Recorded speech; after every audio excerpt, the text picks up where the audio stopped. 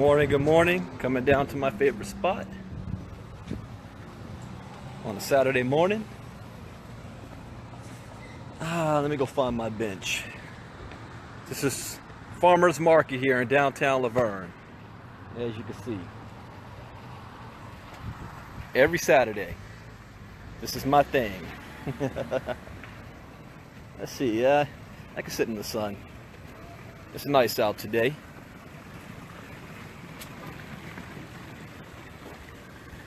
Let's see how the glare is. It's not a glare.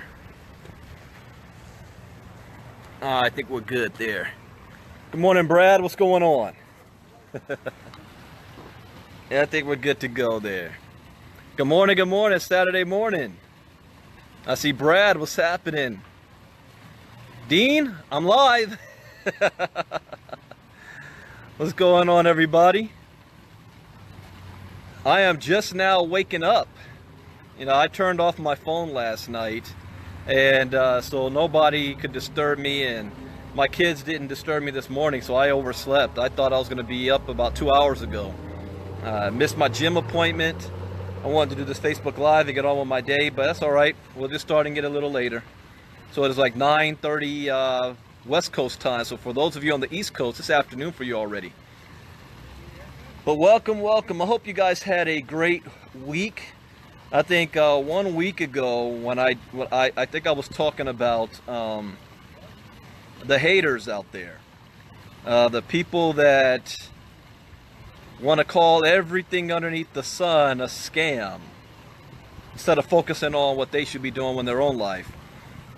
You know, to end on that point, always remember this: when you accept another man's opinion, you accept his lifestyle. Always remember that.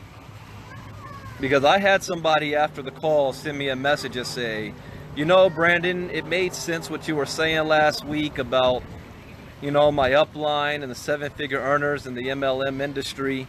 And they were saying everything in cryptocurrency is a scam, and I respect them a lot. I mean, they've helped a lot of people. Shouldn't I listen to them all the time? Shouldn't I listen to what they have to say? And I said, yeah, you could if you want to accept their lifestyle. They have an opinion on a space that they're not involved in. They have an opinion on an industry that they're not in. They're watching it from the sidelines. And their lifestyles right now ain't that great. I can tell you that right now. It ain't like it used to be. The glory days of MLM have passed in the United States. Now, yeah, there's always an exception to the rule. That exception to the rule is if you've got an international organization and a team. Or, you know what? Someone reminded me of this. There's another exception. The other exception is if you've been in the round for like 15, 20 years, you've got like 50,000, 100,000 people on your team. Yeah, that crawl-up effect is going to take another 5 years to hit you. So you old heads, you know, yeah, you're exempt from that. And you've been out of the trenches for so long that you don't even realize it. You know, that's another thing. And I'm sitting in the sun, and it's already getting hot. It's like 65 degrees. Let me move to my other bench. Too hot right now. The shade. The shade. All right, so let's continue. So this morning we're going to talk about fear, uncertainty, and doubt. And I'm not going to be long. Like I said, I started my morning late today. Fear, uncertainty, and doubt. And that was in full display this week. I saw a whole lot of fear, uncertainty, and doubt. And it comes from, what it stems from is when you step outside of your comfort zone. You do something that you're not used to doing. Oh, dropped the doggone phone. You do something you're not used to doing, and you might have second doubts. A lot of times we call that buyer's remorse. You know, you go to a car dealership expecting to buy you know, a Honda, and you walk off the lot with a Beamer. That's not what you expected, and then you second guess yourself. You're like, did I make the right decision? Did I waste my money? Could I afford this? You know, you've got those thoughts. It happens in marriage. You know, you've been dating a person for 2-3 years. You might have even been living with them, but on the wedding day, you decided all of a sudden have doubts. You're like, whoa, whoa, whoa. This is permanent now. I'm going to be with this person for the rest of my life. You know, my wife was like that. When we have been together since 1994. We were 17 years old when we met. Actually, I had just turned 18. She was 17. And we were a senior in college, freshman in college at Morehouse College, and she was at Clark Atlanta University. And we had our first son in 1998. You know, that's my oldest. But we didn't get married until 2004. That's when we got married. So by 2004, we had been together 10 years. We were already living together. But on the day of getting married, I wasn't the wait. Yeah, my boys was like, "Hey B, we can pull up the limo, and we can be out. We can be back on an airplane back to Atlanta." My boy Daniel Shorter. All right, I think we're back. I have poor signal here. All right, anyways, like I said, my boys was like, "We can be out of here," and I was like, "Nah, I got this." But what I didn't know that till later that night. She told me she was getting cold feet. She was getting freaked out, like, this is permanent. Do I want to do this? She was fearful. You know, it all worked out. Here we are still together. 23 years. Married for 13. 23 freaking years with the same woman. Damn. She's asleep right now, so I don't have to worry about her freaking out on me. Anyways.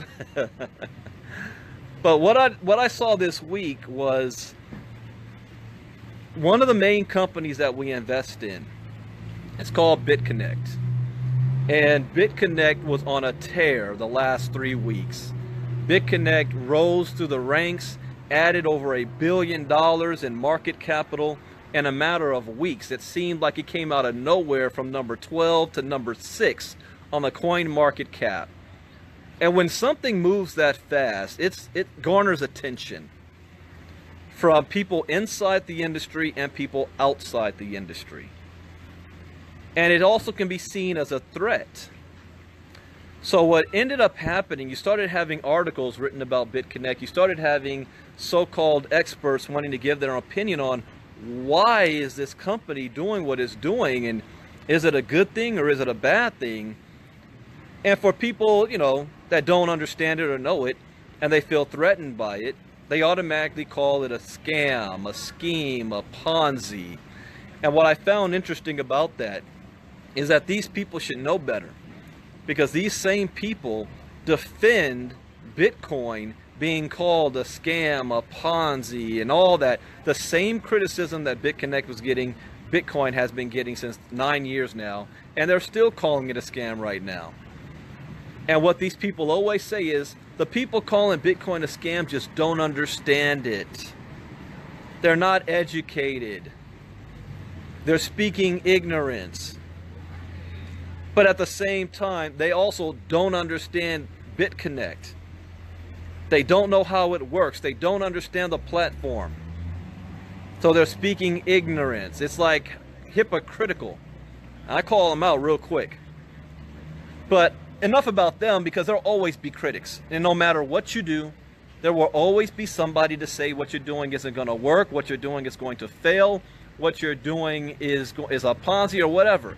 People are still calling Walmart a scam, Apple a scam, Microsoft a scam, the oil industry a scam, the banks a scam.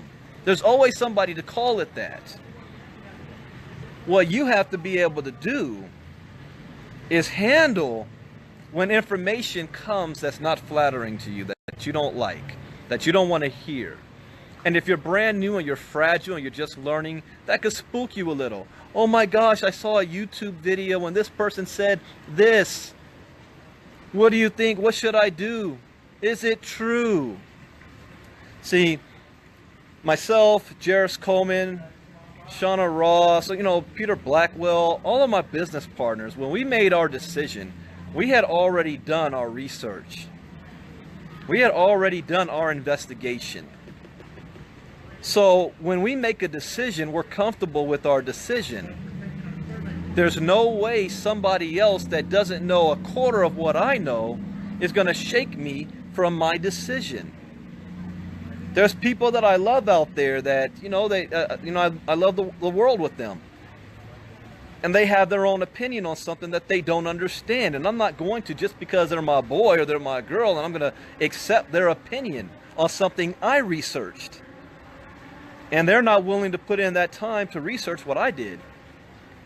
So where a lot of people fail in life, not just in, just in business, but in life, is that they're afraid to take risk. They're afraid to get outside of their comfort zone. And they all are always looking for a guarantee.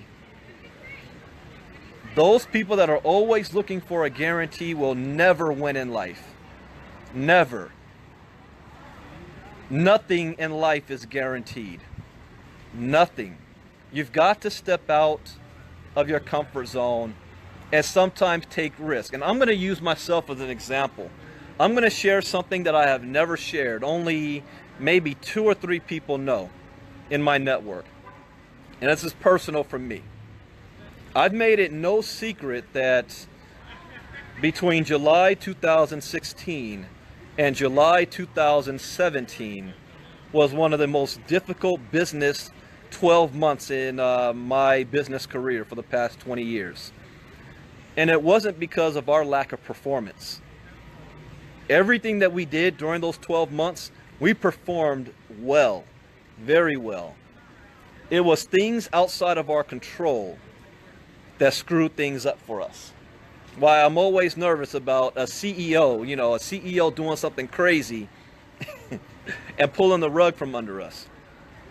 But it would seem to be always be an obstacle.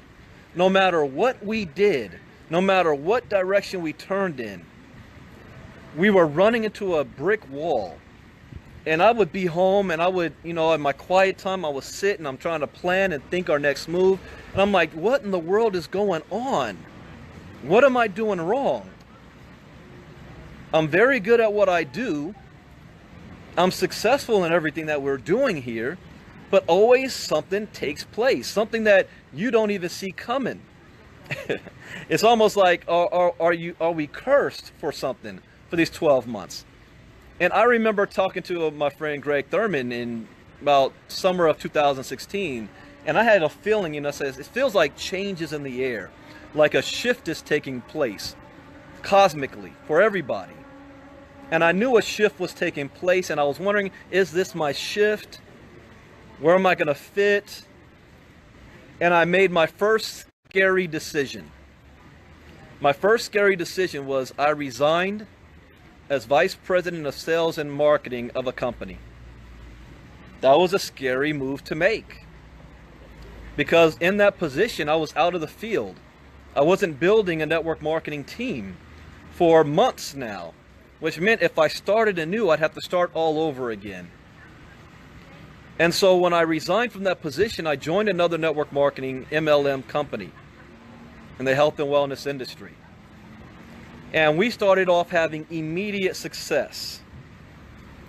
And the first big obstacle we ran into, and of course it was a company that was doing something that hadn't been done before, following the SEC regulations as far as having 50% of your income has to come from outside customers, which is no problem for me because I'll just put my marketing into place. But because of the SEC and their investigation with them, they wouldn't allow any marketing whatsoever. In fact, I'm still getting emails now about some either marketing or branding that I did that I missed that's still out there that they're asking me to take down. That chopped my legs off. That's 95% of how I build my business. See, I live here in Laverne. This is my city. Los Angeles, California. Do you know how many people in my career have lived within 50 miles of me? I think maybe a couple of hundred out of 60,000. I don't build by knocking on people's doors, by doing home meetings and sitting in somebody's living room. I take advantage of technology. I have international teams. I never have to travel anywhere. That's how I build, from a home-based business. And that company chopped my legs off, and I couldn't build that way. Not fast.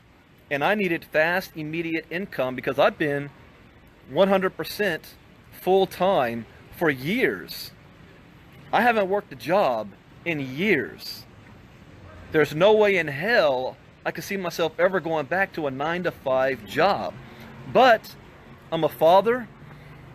I have a wife. I have a family. I have a kid going to college that costs 17 grand a semester. So things need to get paid for. So going into the summer of 2017, I now have absolutely almost no income whatsoever. And I'm living off of debt and savings.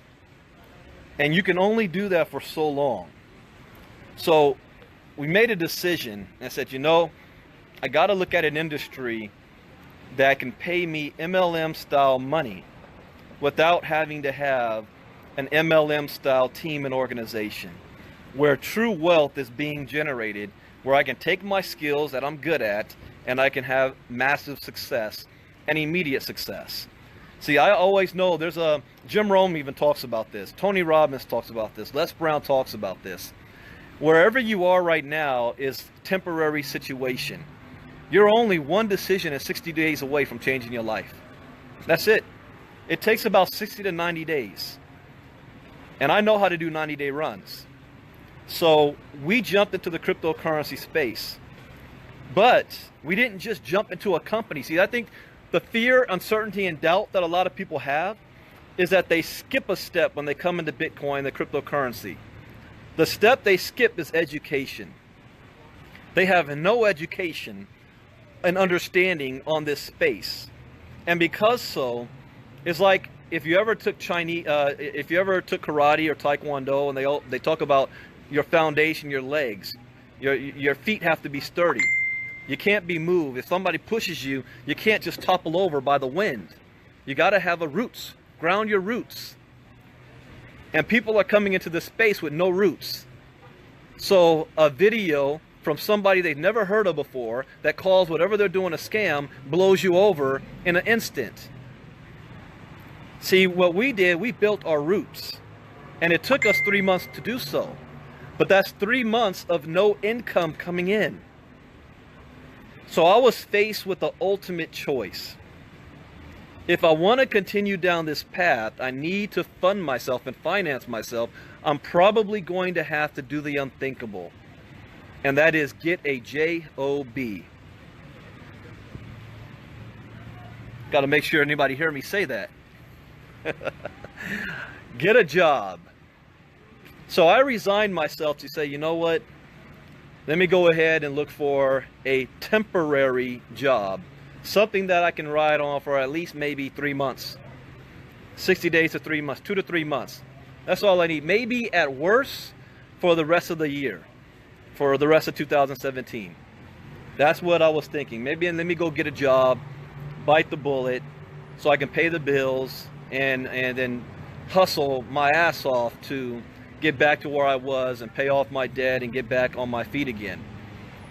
So I started the job hunt, the job search, and it put me into a deep depression for the month of July and August. Most people have no idea, had no idea, but it put me in a deep depression. And I still had to do what I had to do. As a father, you still got to take care of business. And I actually got hired. I got hired with DirecTV.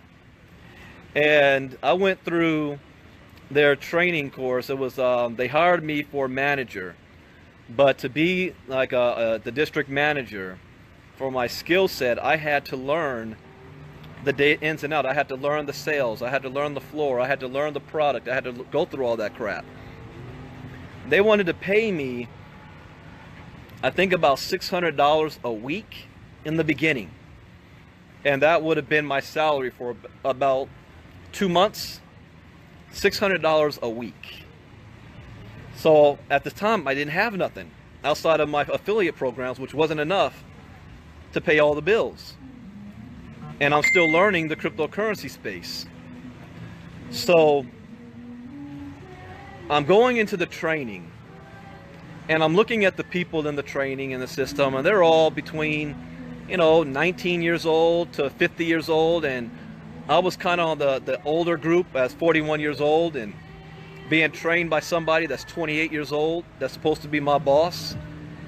And I'm like, do you realize that I've had organizations 20, 40, 30, 40,000 people I've trained, and I'm sitting in this room with these kids, but I got to pay the bills. And so when the first part of the training was over, what we call the in-office training, it came to the second tier training, which was the in-store training. And they gave me my little DirecTV t-shirt or the outfit and all that stuff. And the day I was supposed to go in for the in-store training, I put on the outfit. I was talking to my wife. I walked outside to go to my car, and I stopped. I looked at her. I said, you know what? I can't do this. I can't do this. I'm not going to do this. And she said, don't. I said, but I'm afraid. I'm afraid. Because that's some money that's coming in. Even though it's still not enough, it's something. We can squeak by. We've been in situations like that before when we were in our 20s. We could squeak by. But she said, but you're going to kill yourself. Every hour you're out there, you're going to kill yourself. So I took a picture of me with that DirecTV shirt on to save it. And I went back inside and I took that crap off and said, hell no. I'm going to have faith in God, faith in my abilities, put my head down and go to work. We had already joined BitConnect and a couple other programs. I think I was in BitConnect 2 days at this point. I think I was in 2 days. So I had made, when I made this decision to not work for DirecTV and quit that crap, I think I had made $2.67 in BitConnect. So it's not like I had a crystal ball and I already had $5,000, $10,000 in the bank that I could say, forget this job. I mean, I got money coming in. I made $2 already. So I said, I'm going to put my head down and go to work. And I started with $100, and that was $100 I did not have. I didn't have. You know what I used? I didn't pay a bill. I was going to be late on a bill. I said, I'm going to put this $100 over here. So I didn't have a lot of resources. So I put my head down and went to work. Fast forward, that was today, the 11th of November. That was August 18th, something like that. So we're talking, this all went down less than 3 months ago. But I put faith in our skill set, put my head down, and we blew up. Since then, we have over $2.2 million in group volume. I have almost $20,000 in investments making me money passively every single day. I've made over $54,000 in cryptocurrency, almost $55,000 in less than 3 months. I earn right now between $800 to $1,200 a day. I woke up this morning and saw that I made $575 while I was sleeping, which means I'm on pace to do another $1,000 day today. I say all of that not to brag, not to impress you, not to say I'm better than you, not to say what you're doing sucks and what I'm doing is great. I say that to say, again, You cannot let fear, uncertainty, and doubt rule your life. Because had I not taken that risk, if I could have continued to build my business while I was working a job, but I wouldn't have had the time. My results would have been maybe a quarter of what it is right now. And I'd be spending not 8 hours a day, but 10 to 11 hours a day when you include travel time and preparation on a job that was paying me $600 a week. And now I'm doing like almost $30K a month. So, in fact, I think I told my wife, I made more money this month than I would in the entire year working for DirecTV. That's a damn shame. And that's what a lot of people are doing every day. That's what they resign themselves to. You know, I'm comfortable on my job. I don't need to take a risk. This is all I know. And it just is what it is. Nah, hell nah. I say that we're meant for better for that. So don't look at me and think, you know, I wish that I had Brandon Ivey's life. You know, watch who you listen to. When you hear these 7-figure MLM gurus running their mouth about something, you have no idea what they're going through behind the scenes. And most of them are not willing to share because they need to keep up the front. I don't keep up any front. I keep it real. I tell you like it is. I was in a bad situation, but it was a temporary situation. I've made 7 figures in this industry, and I've lost 7 figures in this industry. And now I'm making it again. It's a roller coaster. You have ups and downs. And I'm going to end with this because I want to go get my donuts. Understand, it is not what happens to you in life that's important. It's how you handle and how you deal with what happens to you that makes all the difference in the world. I could have easily given up and said, forget home-based business, forget MLM. I'll take this little DirecTV job and float my resume. I do have a degree.